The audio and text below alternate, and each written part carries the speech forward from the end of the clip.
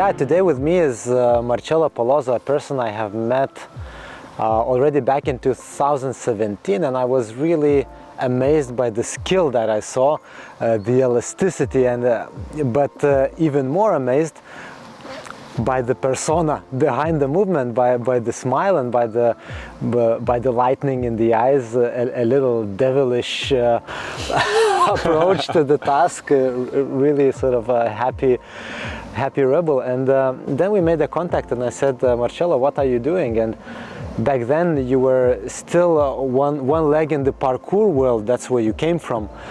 And I said, I would love to learn this one day. And 7 years later,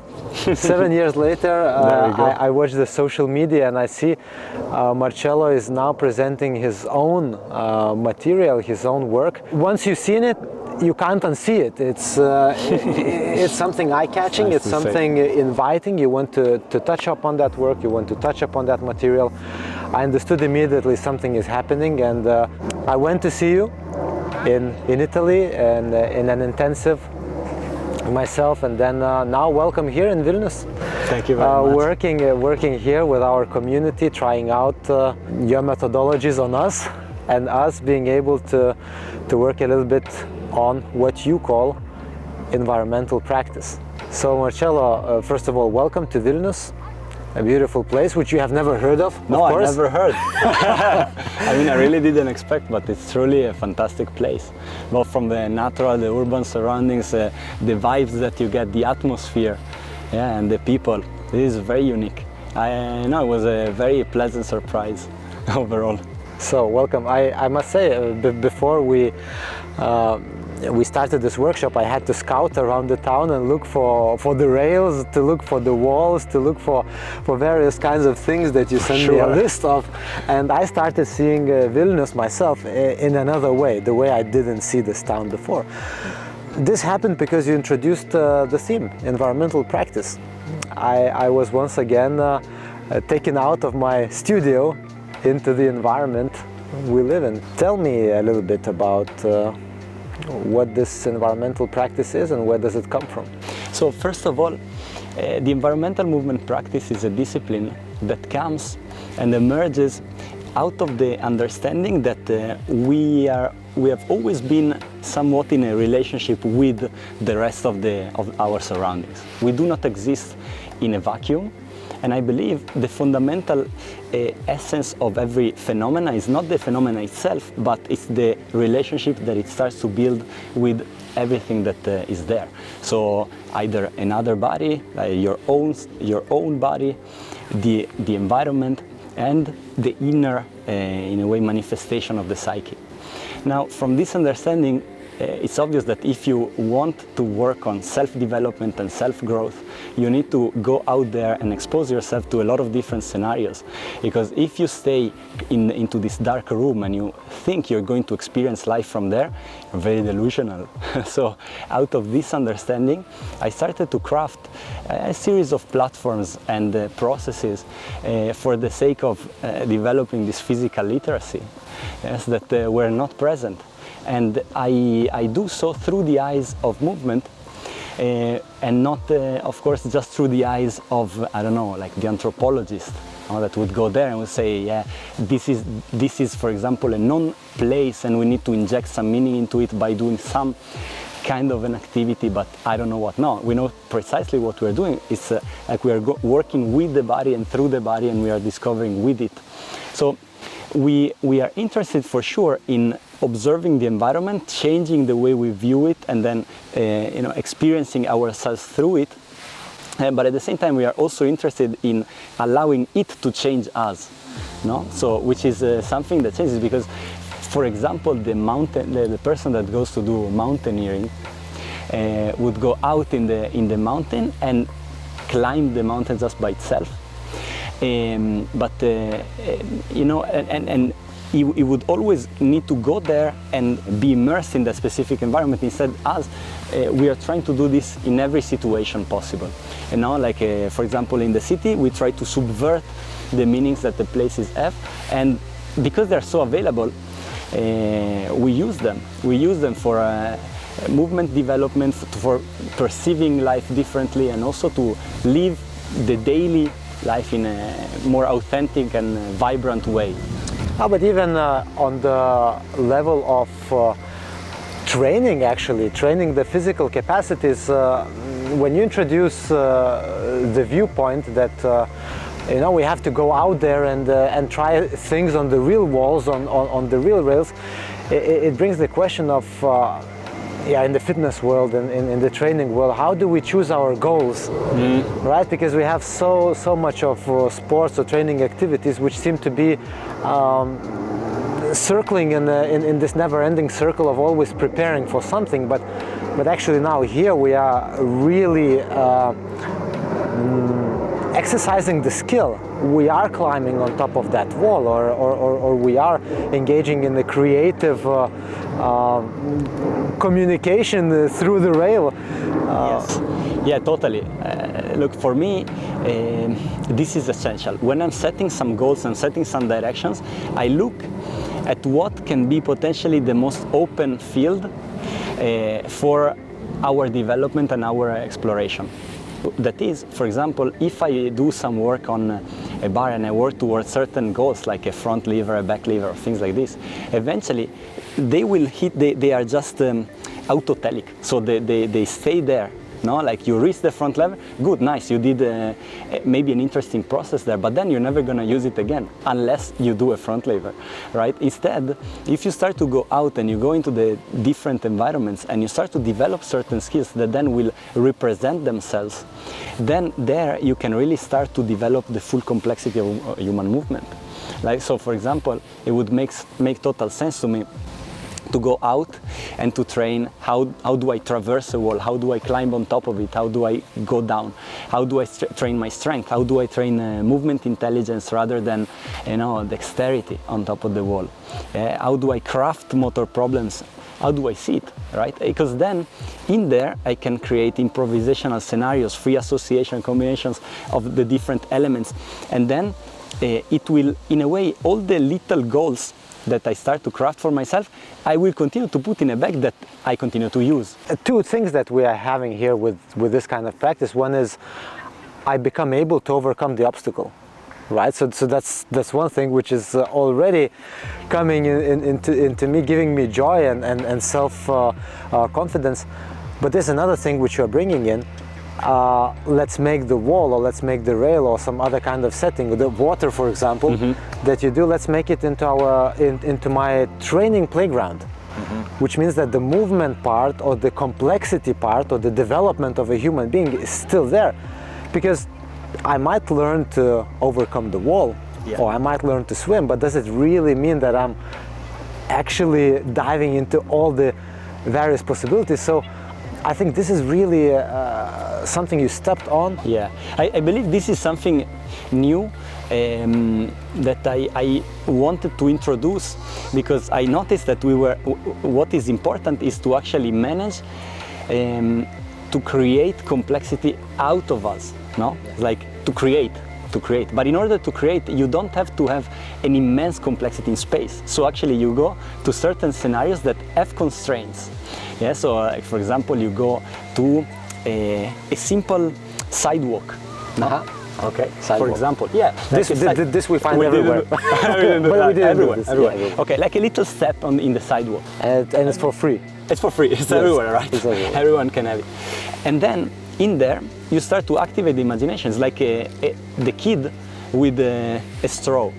And I leave the kid with a straw, close the door, put a camera, and then there you will see creativity, you will see the beauty of the human mind, right? So you go to certain specific platforms in the environment, like choose the staircases, some steps, some just the ground with some shapes drawn on it with chalk, a wall, a bar, like a vertical and a horizontal bar, and instead of creating, instead of facing the complexity that is already there, we craft it. Yeah. And then out of this crafting, eventually we observe all the degrees of freedom that are present, all the intricacies of motor control, all the possible coordinations installed inside the body. all the utilization of the senses, and all of this is extremely interesting, and this is the only way in which I believe one can truly understand who he is, right? Because if you don't face all these different facets of which you're made of, your investigation will always be superficial. Yeah, we could almost say that human beings, we tend to fall into one side of the scale or the other. Either we immerse in environment completely, so I climb the mountain and therefore my goal is to get on top of the mountain no matter what or how, and then the other one is getting so obsessed with my own inner feelings and experiences where I get totally disconnected from what they are aimed at or how they can be used. So here I feel we strike a nice balance between being out, working with a real riddle, and at the same time studying ourselves and studying the potential, right? But this is the idea, that's why environmental movement practice in a way, no? Because environmental practice alone would be, for example, you go out and you hike in the forest, right? And then the movement practice is you can be in the studio, you can be everywhere. But the environmental movement practice, then it creates this connection. So it's just, I'm interested in the body because, let's be clear, of course I'm interested into all the, whatever I can become, in all the potentials, in the discoveries of the self. But at the same time, I realize also that if we manage to get to this point, it is because we were constantly being influenced by the dynamical systems that are present. No? Therefore, we go to these systems, but pointing the eyes inwards. Right? So, and we constantly have these interrelations, and through this vibration, no, like not allowing us to get completely drawn on one end or the other, then there is an immense growth. And like any field that is attempting to do this, it requires a lot of sensitivity, and it feels like a dance, right? You know, I remember in Rome, it was a hot summer, I must admit. Okay, we were dying in the sauna. But anyway, you said what can be better, you know, we are outside here with the wind in our hair, and we are creating all these possible variations around this abstract object. And then the thought came to me, yes, actually, as human beings, we don't have a set goal for life, right? Nobody told us what life is or what it's for. And in a way, you could say probably the goal is to get connected to where we are, to a place where we are, to get connected to yourself, so to say, not to live in this virtual world of language or imagery on the screen of the phone, to get here. And to start feeling like this creativity and the possibilities are starting to come. Yes. So that was a beautiful moment. Yeah, big time. And also I believe because in a way meaning is something that we assign and we create and we craft. So in a way we always want to find the best places and the best settings for us to continue to experience, right, the totality of life, all the different flavors, and at the same time continuing to discover. Right, and there is where it's the balance is struck, you know. And another thing is that meaning, in a way, comes from this idea of also making sense, right? Again, I go back to this idea of the senses. Making sense means that your perceptions matter. Therefore, you need to continue to immerse in a situation that gives you a lot of different stimuli. No, and out of all these stimuli, then you start to understand the world. When do we start to make sense? When do we start? When we are babies, no? Like we come out and then we use the language of hearing, seeing, tasting, smelling, yeah, and the kinesthetic sense to start to create meaning in our lives. So the more you can perceive and the more you can be exposed to life, to the various environments and so forth, the more you will actually have meaning. I sometimes ask myself this question, not sometimes, actually every day, over and over again. What is it that we're doing here? What's really the goal? And I come up with words, the self-discovery, the development, advancing the potential of the human being. Maybe it's a next step in evolution. Yeah, but ultimately, if I try to wrap it all up, I would say that we are working on meaning of life. Because meaning is not something in the language, just like you say. Yeah. It has something to do with the senses, it has something to do with the body and the way we operate, physically operate in this world. Because if we are physically not there, we are not there, we are dead. We're finished, right? Yes, so, for sure. so to be is to be physically here, Yes. in close proximity. I cannot have a lover and connect on Zoom. And Not yet. I hope. No, okay. Yeah, I hope it continues. But No. you know, in the world where we are increasingly developing technologies, and we could say that AI ultimately will take over everything a human being can do these days. Yuval Harari, he says, we are facing the age of useless human beings. At some point, we will have no work to do. And we will be able to have enough food on the table just by advancement of the technologies. Then we will really come to the question, what is my life for? I don't have children to feed. I don't have to follow my daily requirements of doing this and that job. What is it for me to do? I will have to really come back to this physical existence, Reality and existence, and yeah. to ask once again, what does it mean to be in this physical reality?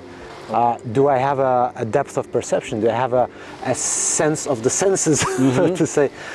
And I think somewhat what we are doing here is really bringing back the meaning to our lives by becoming embodied again. 100%.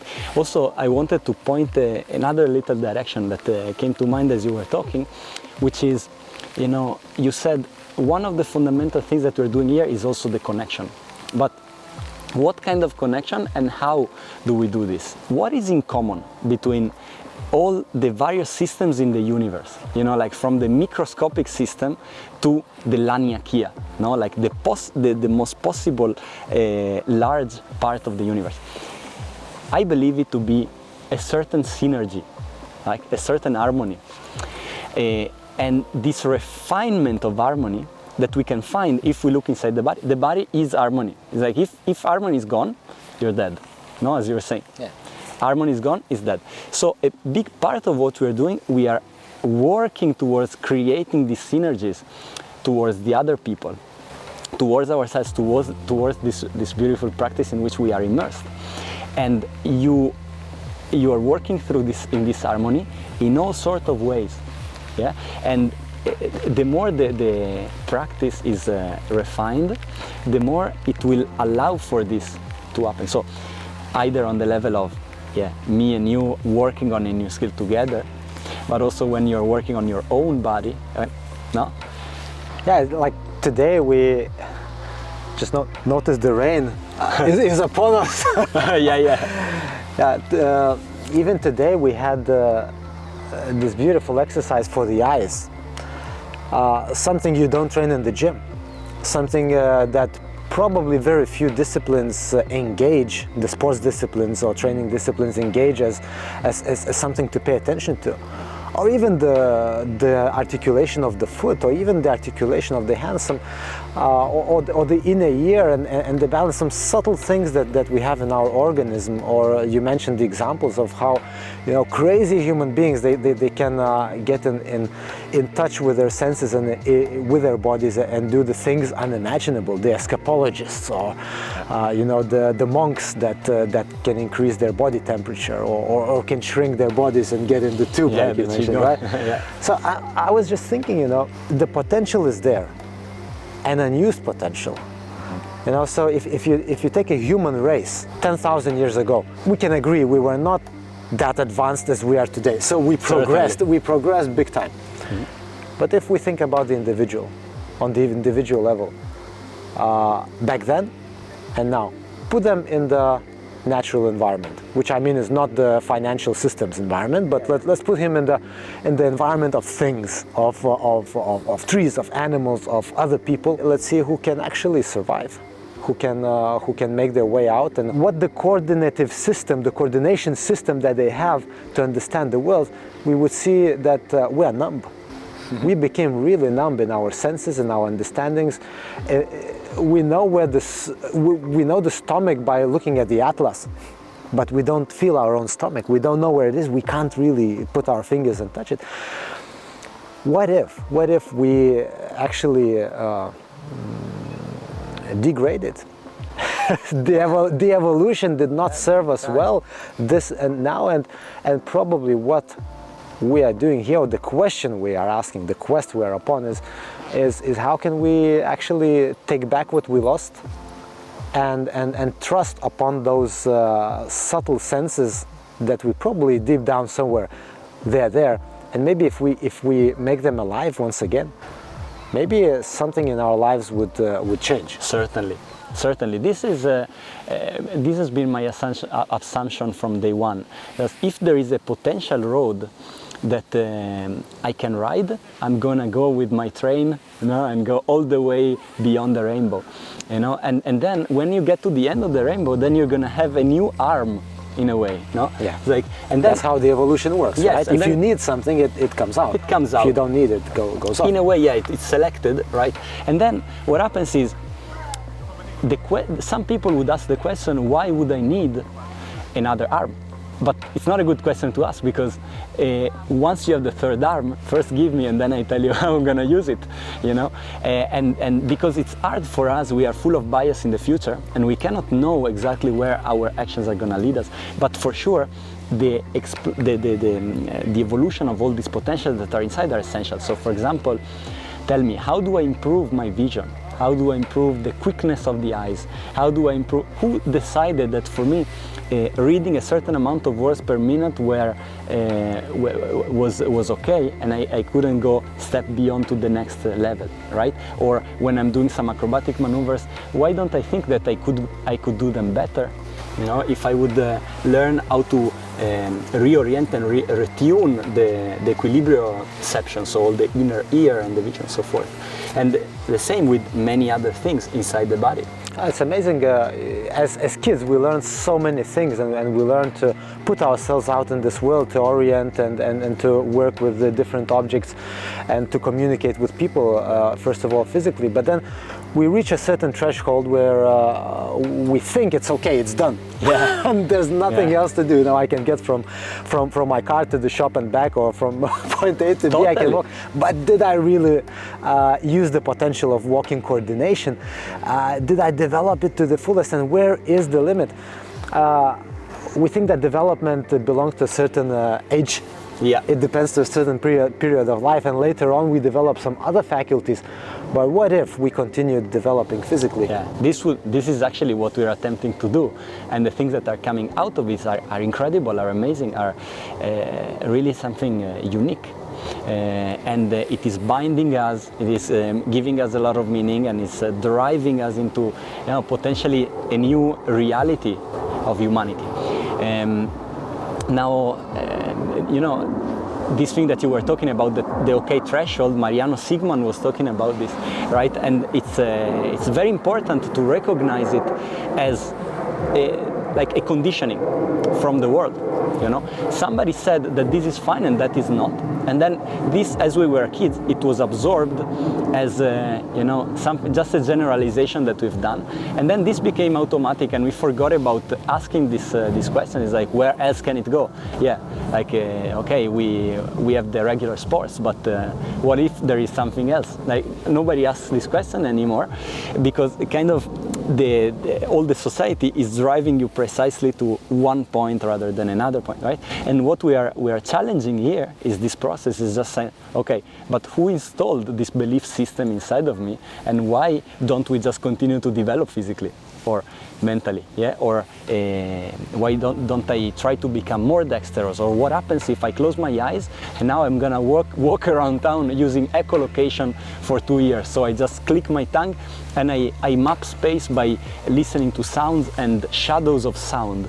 Yes, it's incredible. Where this is going to lead you, how much it is going to expand your perceptions, it's untapped.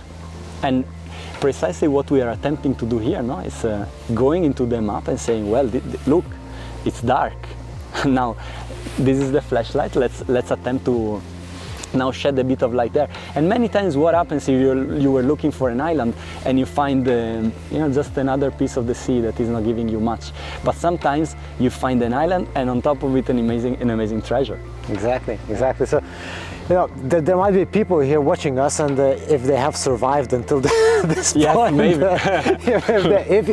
if you're still here, if you're listening to us, let's get to the more down-to-earth part of this conversation. So we are in the process, or the process of education. We are in the educational process of human development through the body, through movement. So number one thing to say is that it's not only about training, it's not only about getting body fit or lose weight or reach some parameters, it's about the development of a human being to probably the next evolutional step. But now, down to earth, so what are those first steps that you would recommend, or where would you start? Because you started somewhere at some point, and now you are driving around, well, hopefully driving, but probably flying around the world, yeah. and teaching what you have to offer. What is it that you suggest people to do, actually? Okay, yeah, this is a powerful question. Well, first of all, I want to disconnect a bit from the fitness mentality, no? Like that many people are doing, you know, like where do you want to start? Well, first of all, you start from your capacity. You know, like you are not strong enough, you're not powerful enough, you know. But actually, we just said we are more interested in the complexity, in the dexterity, no? In how do we solve the problem. So this stuff can be started from day one. So instead of going and isolating everything to the microscopic bit, like trying to take table salt and then going to the grain and then eventually it's breaking it down to the point where it's not salt anymore, it's now Na and Cl, right?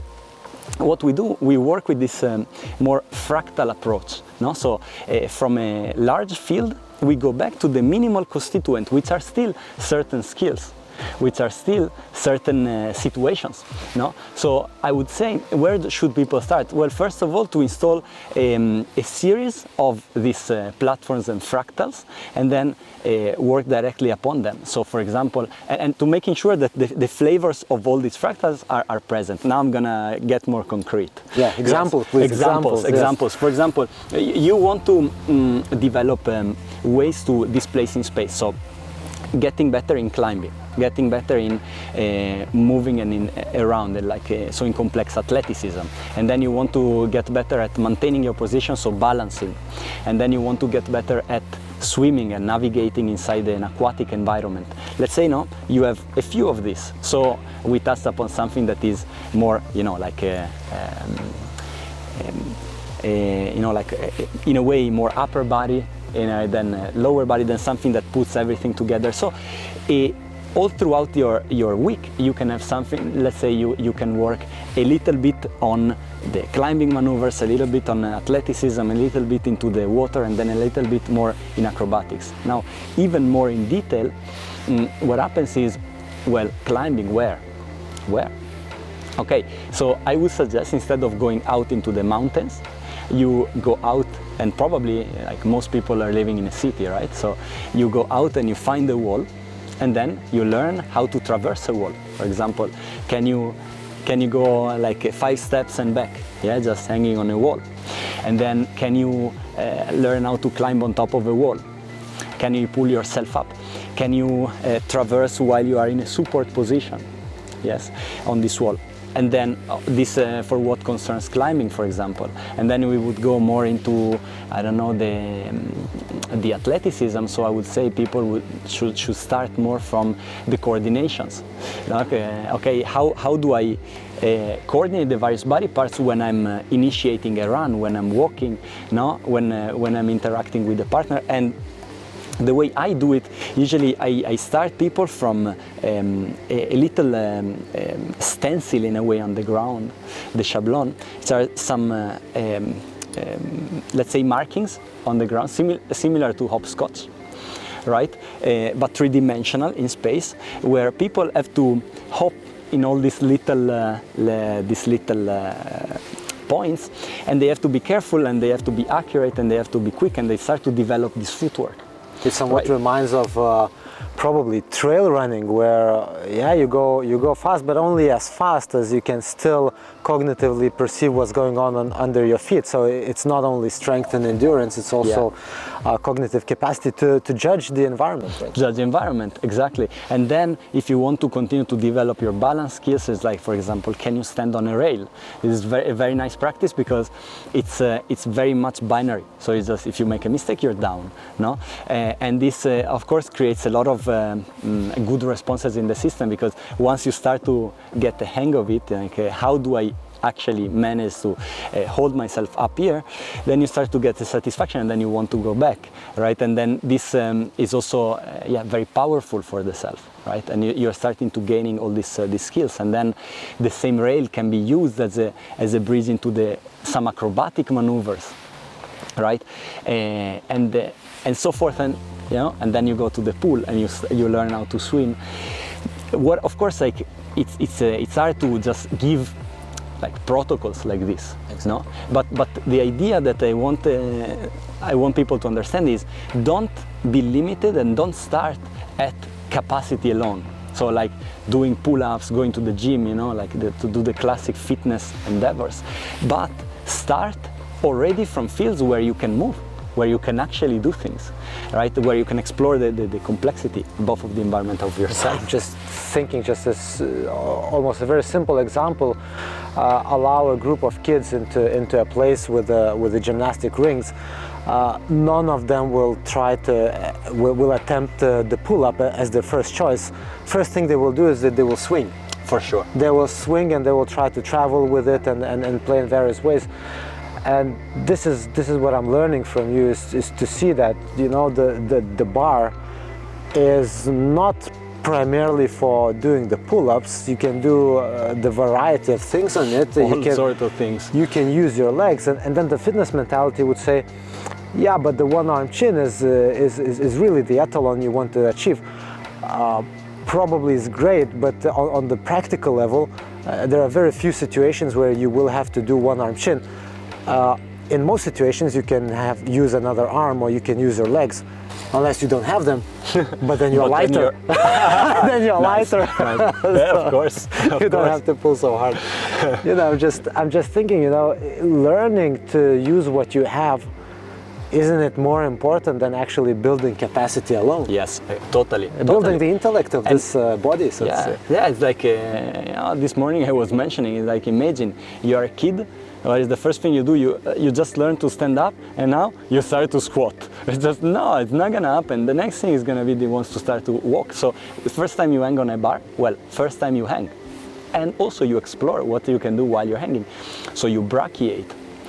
Yeah? And then, which is in essence the locomotions happening in a suspensory behavior. This is how they are named in the animal kingdom, right? And then how do you swing?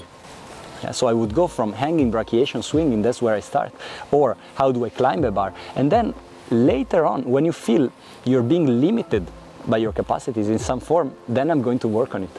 But I don't start there. Yeah. This idea of having the fundamentals now that you must all the time reach, and until you're there, you cannot continue to pursue other things, it's off, because I can. This is like, how do I know? Because I can. Because if we put somebody in definition, this is what the push-up looks like. Yeah. 60, maybe 70% of the population will say, I can't do this. It's not possible for me. The push-up is not for me. But actually, every human being can resist the gravity. Yeah. And there are so many ways to resist it. So very nice. So if we approach it with the idea of what are all the creative and interesting ways, difficult and easy ways to resist gravity, everybody's in. Everybody's participating. Yeah. Nobody's out. So then the physical engagement in the world becomes so much more open to everybody. Yeah. So I'm thinking that the fitness approach, what it did, the training approach, what we had in schools, the abs, the abs work, the push-ups, the squats, the pulls, they made our understanding of physical engagement in the world so limited, and we got disconnected. people started saying things like, I hate sports, I hate physical activity, I hate to move, it's not possible. Yeah, it's not possible. It's cultural. Yeah, it's also, I hate it, you know, as if I just need to stay there. And my practice is I do push-ups all the time. Just, wow, what a crazy thing to do, right? Being a human is so much vaster, larger than this, right? Guy Debord in the Society of Spectacle was arguing that people are starting to become more and more spectators, yes? And this is a great point that you're making, is we need to make people participants, and everyone can be participants in the games. We don't want to have some games that are so hard nobody can join. We want to have everyone in, and let me tell you, once you're in the game, you want to continue playing. But if you didn't find the entry point, then eventually you're gonna have, you will not even imagine what is there for you. So I believe everyone that is practicing this also has the responsibility to make sure that is choosing the entry points for the people that are starting to join wisely, no? And the same people that are maybe listening to this conversation, you know, make sure that you find like a supportive community that actually allows you to start to initiate this from the beginning. Just if you didn't move in the first 10 minutes of what you're doing, something is off. No, like maybe you're moving the spine, maybe you're doing a little climb, maybe you are working on your footwork, maybe you're any of this. This is all good signs that you are practicing something similar to us. Whereas, if instead the first thing you do is tell you, like now we're gonna work on doing pull-ups and push-ups and squats, and this is not what we are doing. One thing maybe to clarify a little bit here is we are all well aware what kind of body response does the classical push-up provoke, or the classical pull-up. And the abs work, it invites certain response of the body and builds certain structure and shape. And then the question which comes our way, I guess, what is the body response of what we're doing? If throughout the day while we move, we probably don't repeat one identical move to the other, right? We are always a little bit twisted and turned and curled, very much aware of the structure that we are, very much observing not to have leakages in the joints, but still very complex and very varied. Yeah. So what kind of body response does that invite? What would you say? Yeah, I would say, if you behave, humans have this incredible capacity for adaptability, right? So if you move like a fluid, you will become a fluid, right? If you move like a solid, you will become a rock. No? If you decide to move like air, you're gonna be a rush of wind. No? If you become, and this thing, if you... But what if you do it all? What if you do it all? Then what happens is that you can have this immense variety of elemental aspects. If we stay on the same analogy, which means which is more in line with the totality of the being that we are. Because I am not a bodybuilder, for example, or in a way I'm not, let's say, on the same. So I'm not a rock, but I'm also not just an elastic band. But I'm also not something that behaves like a padding. I'm all of these things at once, together with the governing mind that can also switch between the different states, that is plastic, that can respond to any kind of stimulus that is out there. And then through this, there is this sense, the sensation of bliss. It feels good.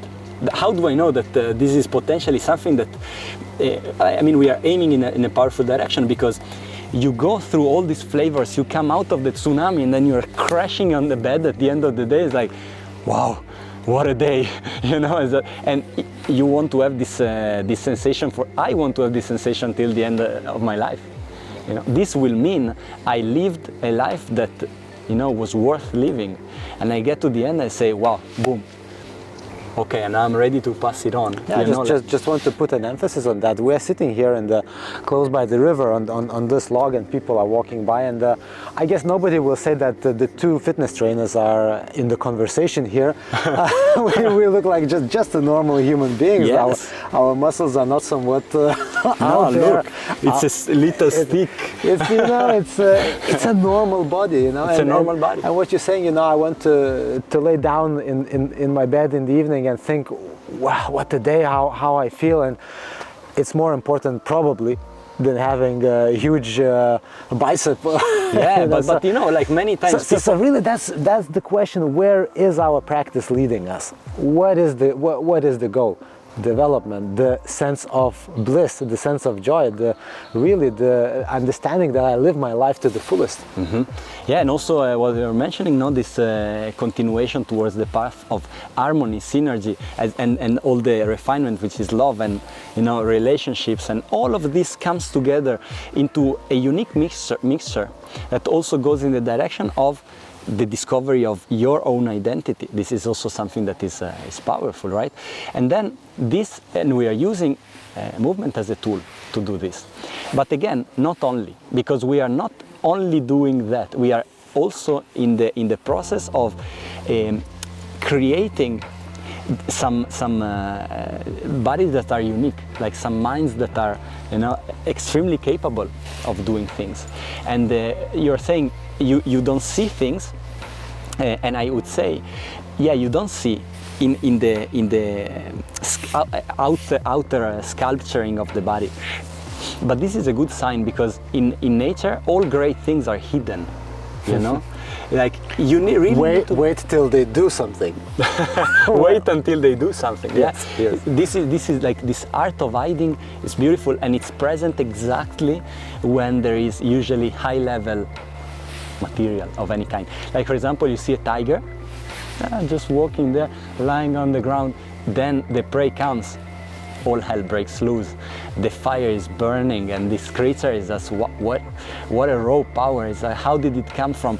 The precision of actions, the silence, like the lightness that it has. At the same time, it's this fierce, huge beast, right? And then whenever it's done, the creature is done, okay, goes back, hiding again. Yeah, I'm even thinking that nature loves efficiency somewhat. It likes to operate while not using too much of resources. And if you think about most of the training and sports disciplines, it's about using more resources and putting them out into the periphery, which slightly goes against the law of nature and the law of movement. Mm-hmm. If you move, you are looking for consequential quality. You want to go one movement to lead to the other in the most fluent way, without any contractions and blockages. So if that starts to happen in the body, first thing that will happen as an adaptation, you will become quiet, normal, so to say, in the body. Your body will start to lose whatever is not necessary for the fluidity and efficiency. So somewhat our culture got really derailed in the way we see a fit human being. Yeah, so to say. Every time when I see people doing this absurdity, I go crazy. It's just they eat a lot, too much, and then they want to burn all the calories that they've eaten, for example. And then they continue this cycle forever. Well, just eat less. No, it's just eat less and don't do this thing that you hate, right? But then the problem is, but if I eat less, then I don't need to do fitness, so what do I do? You know where it goes? It's just people are really confused out of these things. And then it becomes these cycles that people reiterate, because in the end they don't know how to fill their days. And that is where questions like, what is it exactly that we're doing? They're powerful, and they're coming to fill a gap, so that we can offer some possibilities that before were not present. So it's like now a person understands this, let's say starts to eat less, just a fun example, yeah, but and then comes to us, and then now, the way you look it's not that important anymore, and this bit of the aesthetics is just one, like every time I see these huge people that are building the armor, and I always think, what are you building an armor for? And then the same is you see someone that is too skinny, is like okay, probably what disgusts you, and what are you running away, what do you want to disappear from, right? And there is the manifestation of the physicality is part of the psyche. They are communicating, right? So the structure follows the intention. Yes, it follows the intention, right? So we have in a way the mind that is crystallizing into the body, and then the body that is, like evaporating, if I can say, right? into creating the mind and this virtual world as well. If there was one thing to say before we close this conversation, I would say, as a suggestion to myself and to many others, don't be too pragmatic about your actions. I do this for that and that effect, because evolution doesn't necessarily work that way. It tries and fails and tries and it plays a lot. Go out there and play. Go out, choose your playground and explore, and eventually, if you are interested, you will become interesting. Something will start to appear out of your research, out of your life. You'll get fulfilled by your own interest, by your own explorations, and you will be alive. You will enjoy just being human, just being physical. What would you say to No. First of all, I agree 100%. It's just you want to stay in a place where enthusiasm is high. You know, you can find this through play, through things that give you joy, through the interaction with that. You know, through in various endeavors. But this enthusiasm creates spontaneity, and then from spontaneity you create authenticity, and nothing can disrupt this process. You are in a golden bowl, you know, like in a golden bubble. Nobody can penetrate it. Becoming who you are. Who you are. Yeah. That's the thing, and nobody can take away who I am. Now, with this in mind, I have the highest of the powers, right? So this is absolutely essential. And then regarding going out there and playing, for sure, we became so serious about everything that we are doing. Everything, you know, it's just it needs to be precisely this and that. And, you know, many times I walk and I'm doing my thing, maybe close to a rail. Yes, I'm exploring and I'm doing certain maneuvers on the rail, and somebody comes and really wants to know, but what is this? Is this, you know, it's a particular dance that you're doing. Is that? Why do you want to define this? No, leave a little door open in the definition, because the definition, what it is creating some terms, no? Like some terms, which are in essence some lines that you're drawing around yourself. But if you leave a little door open, then you can also get out there and see that maybe what you thought was everything that is present is actually just a little room inside the house, and the house is on a hill, and then the hill is connected to a mountain, and then you start your actual process, right? Let's stay curious about who we can become, or who we are becoming every day, and with each action and exploration we venture upon. Marcello, thank you very much for this beautiful conversation, and thank you for coming to Vilnius and sharing what you do with our community here so openly, so open-heartedly. Yeah, no, it was really beautiful. Thanks for inviting me. Also the community, it was great. I can see all the work that you're doing, like the people coming with like dreamy eyes, which is something that you don't see often. Not because I came, it's just because they're interested in this, right? And it is a great sign that the work is being done well. You know, when they come, like kids, you know, like ready to go, as you were saying, like with the full exploration. And then this is where all the good directions, all the good journeys start. So thank you again for inviting me, for being such a great host. Very nice, thank you.